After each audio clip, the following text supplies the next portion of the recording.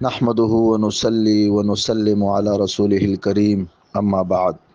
بسم الله الرحمن الرحيم عن ابن عباس رضي الله تعالى عنهما قال قال رسول الله صلى الله عليه وسلم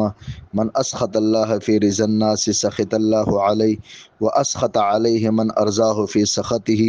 ومن أرزى الله في سخط الناس رضي الله عنه وأرزى عنه من أسخطه في رضاه حتى يزينه ويزين قوله وعمله في عينه رواہ الطبرانی حدیث نمبر 386۔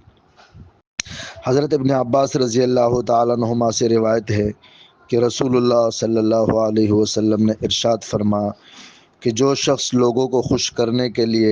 اللہ تعالیٰ کو ناراض کرتا ہے تو اللہ تعالیٰ اس پر ناراض ہوتے ہیں اور ان لوگوں کو بھی ناراض کر دیتے ہیں جنہیں اللہ تعالیٰ کو ناراض کر کے خوش کیا تھا، اور جو شخص اللہ تعالیٰ کو خوش کرنے کے لیے لوگوں کو ناراض کرتا ہے تو اللہ تعالیٰ اس سے خوش ہو جاتے ہیں اور ان لوگوں کو بھی خوش کر دیتے ہیں جن کو اللہ تعالیٰ نے خوش کرنے کے لیے ناراض کیا تھا، یہاں تک کہ ان ناراض ہونے والے لوگوں کی نگاہ میں اس شخص کو اچھا فرما دیتے ہیں اور اس شخص کے قول اور عمل کو ان لوگوں کی نگاہ میں مزین کر دیتے ہیں۔ میرے عزیز دوستو بھائیو،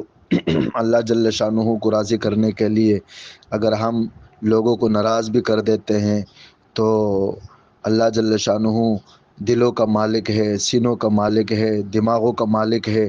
تو اللہ پاک ہم سے خوش بھی ہو جاتے ہیں اور ان لوگوں کے دلوں میں بھی ہماری محبت ڈال لیتے ہیں کہ وہ ہم سے ناراض نہیں ہو پاتے، وہ خوش ہو جاتے ہیں اور ان کے ہم سے محبت پیدا ہوگی۔ لیکن اگر اللہ کو لوگوں کو خوش کرنے کے لیے ہم اللہ کو ناراض کر دیتے ہیں تو اللہ جل شانہ بھی ناراض ہو جاتے ہیں، اور بالآخر وہی لوگ